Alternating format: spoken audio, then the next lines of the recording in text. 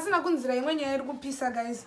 Maititi vakusapota mwana wavo Fifi kuti arambe achisenda ma-pictures nema-videos akashama. I think zvinenge zvinovabhadharisa mukusenda ma-pictures emwana wavo.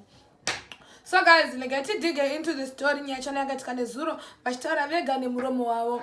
Vakati also guys, before I tell you the story, this is a girl no bang. Usakanga no buy subscription button. Or buy a foot notification button. So that whenever I post unenge uripo uchichinzira wega zvikuitika bai muma streets. Ungasarira wega mu street ashite. Unosarira wega mu street, no way. Ini ndiripo sarira wega surza zvinoitika. Ashite kana ini ndiripo .com research ngakati unotorinzwa chete vachida vasingadoti urinzwe ini ndinotokuzivisa zvinoitika pai zvikuitika kunzwa kune ma streets. So zvikuitika guys zvakamira sona. Maititi vari kusapota Fifi wavo kuti aramba achisenda ma pictures akashama. Okay guys, what happened? Yakamira sona. You know Maititi anotengesa mafuta chichi pai. So pane mukadzi akaenda kushop kwavo.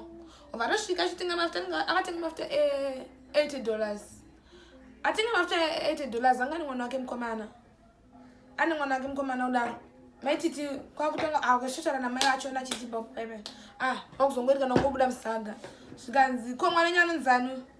Vatara sarake. Zvikandodota aite mukasho kumba kwangu. Aina tombofunga kuti atongota asinzi pamwe content mai atongosasa chichipepe. Vandese vandato nyarara pepe. Vandatongosena nazvo kuti ndoda tete mukasha kafunga chikupereng babu nyaiye. Zvikanzi sikari kuyarini. Anongotipa anza anongondipa 20,000. Pamwe munzo 20,000 zigi. Vadoti mwana varore nevazigi, imagine. Vadaro bebe ngovanza anondipa 20,000. Saka anodzoka rini because paanodzoka doti anechi aone Fifi aripo. Imagine mwana anonzifenista. Doti aone Feli aripo. Vavharite se? Vakutanga kutora kuti mule vakutanga kuti mulife moda kungwara ukapusa mulife unoita se unongosaririra uri one because kunze kukuitika zvakawanda uku guys. Maititi vakatozviomerawo zvavo. So ndozvikuitika pana Maititi acho zvikanzi kunze unongwara ende marriage mazuva ano totobatanidzirwa because zikasabatanidzirwa marriage achite se hazvibude plus mwana wakanorwa nechiginda goria zvikanzi kwete uyayo kuendesa mwana wangu kukoti. Zvikanzi kwete uyayo kuendesa mwana wangu kukoti hapana nezvemunhu rinenge mbavha ziginda goria Fifi wacho namhento anga akada chinda ambomubvunza kuti wakadei pakahwiza ikakaka. Imagine akudedzera mwana vanhu kuti hwiza. Zvikanzi ndambochibvunza kuti mwana wangu akadei pakahwiza ikakaka because auna kana chaunacho irombe asi takanzota bereko vake ndo anga ane mari vaitoya kukoti asi izvo zvinda kunamata ndakazongoti angatisene nenyaya yachona handivaisendera here manudzi achona but iye achona anofarisa kozvekuzomaposta ndo zvinei handivaisenderana koisusu tikapostawo kadora kake zvino imagine hanzi koisusu tikapostawo kadora kake zvinobuda mushere iye achona angangoda kungoposta mwana wangu asi achona tori nekadora saka mheni tadashamisira newe waso special about him varinye ndangonamata saka ndazongota sei ndakazongosena nenyaya yacho hai kunze ma1 hanzi inga 1 ndakungonamata.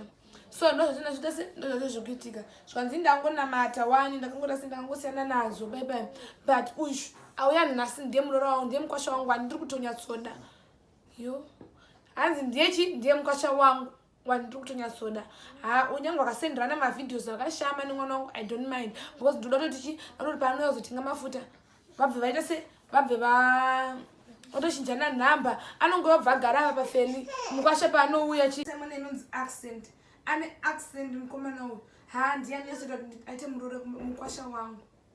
Imagine mai vachiva accent kana isiri tepe mwana wavo munhu anochuzirwa mukomana adatongozozva munhu anochuzirwa shamari munhu vanongonanga munhu vasingatodari atoda nemwana wavo vava vanotodai pamwe isotepe munhu wavo iye zvakarwa narume 5 vakachuzirwa nanarume 5 varume vavo 5 hapana kambo vachuzira but ivo takara simba noda kuchuzira mwana wavo zvikanzi because mwana wangu akanaka anozidhiserva tepi kwataura kuti mukomana wacho itepi yavo mwana wavo ndiani ataura kuti mukomana wacho mwana wavo itepi yemukomana yendiani kana singade chinezi ndengade mukomana akaonekwa chinhu chake nenyika yese atanongoziva zvangu kuti mukomana yendangadawo kuti ade musikana anoonekwa akaonekwa nemunhu wese andiyadise zvinonzi anoroya kana mukadzi etenga mafuta ndiri ndenga ndatovaudza ipapo ipapo kuti haina mwana nyati mude tingade mwana akafumuka kudaro amunomudi mwana iye akadaro amheno ndeve kushaya mai avo kana nemi kutotsvagira munhu svikumba kunzwa kuti ndiwe wandotoda so what zvinei nekuda munhu izvozvozvo kana ari vari munango angonyenga mukomana zvakanaka kuti iwe ndiri kukuda he mwana wangu mwana vanodiwa nana akaonekwa chinhu change chesechi kuti zvakarata kuti ange hure nemunhu wese ndiye vanovarotudza iye